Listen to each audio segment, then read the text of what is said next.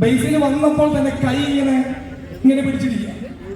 ആർക്കും കൈ കൊടുക്കുന്നില്ല ബേസിൽ, ആർക്കും. റാഫേലേട്ടൻ അതിന് സായി ഇടയ്ക്കിടയ്ക്ക് ചൊവ്വയിലേക്കൊക്കെ പോവുമെങ്കിലും, പക്ഷേ സായി ഇടയ്ക്കിടയ്ക്ക് ചൊവ്വയിലേക്ക് പോയിട്ട് വരുമ്പോൾ പുതിയ പുതിയ തന്ത്രങ്ങളും കൊണ്ടാണ് സായി വരാൻ. കഥമായി നമുക്ക് ഇങ്ങനെ ചെയ്താലോ. ഇവിടെ ക്ഷണം സ്വീകരിച്ചിട്ട് ഇവിടെ എത്തിയിട്ടുള്ള ജനപ്രിയനായ ദിലീപേട്ടൻ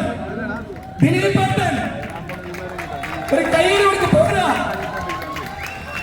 ജനപ്രിയനായ ദിലീപേട്ടന്റെ സാന്നിധ്യം. പിന്നെ നേരത്തെ നമ്മുടെ ഷൈജുവേട്ടൻ വ്യക്തമായ ഒരു വിശേഷണം ടൊവിനോ തോമസിന് കൊടുത്തു കഴിഞ്ഞിരിക്കുക. ആ വിശേഷണത്തിന് അപ്പുറത്തൊന്നുമില്ല. മലയാളികളുടെ എന്താ പറയേണ്ടത്, എല്ലാം അഭിനയത്തിന് അഭിനയം, എല്ലാം കൊണ്ട് മൂടപ്പെട്ടിട്ടുള്ള നമ്മുടെ talent boy Tovino Thomas, Brazilian star of Malayalam cinema. നിങ്ങൾ ഇത് കാണുക.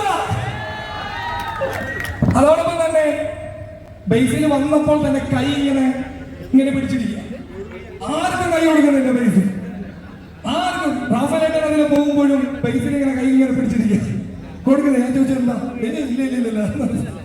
അപ്പോ എന്തായാലും മലയാളത്തിന്റെ ഇനിയുള്ള കാലം ആ കൈകളിൽ ഭദ്രമായിരിക്കും എന്നുള്ളത് ഉറപ്പിച്ചു പറയുകയാണ്.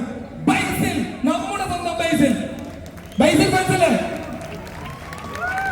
പിന്നെ കൂടെ നിന്നിട്ടുള്ള സീക്രട്ട് ഏജന്റ് നമ്മുടെ സായി ഫാൻസില്ലേ, സീക്രട്ട് ഏജന്റ്. സായി ഇടയ്ക്കിടയ്ക്ക് ചൊവ്വയിലേക്കൊക്കെ പോവുമെങ്കിലും, പക്ഷേ സായി ഇടയ്ക്കിടയ്ക്ക് ചൊവ്വയിലേക്ക് പോയിട്ട് വരുമ്പോൾ പുതിയ പുതിയ തന്ത്രങ്ങളും കൊണ്ടാണ് സായി വരാൻ. കഥർഭായി നമുക്ക് ഇങ്ങനെ ചെയ്താലോ, കഥർഭായി നമുക്ക് അങ്ങനെ ചെയ്താലോ. ഞങ്ങളിങ്ങനെ ചിന്തിക്കാറുണ്ട് ഇതൊക്കെ ഇവിടുന്ന് കിട്ടുകയാണെന്ന്.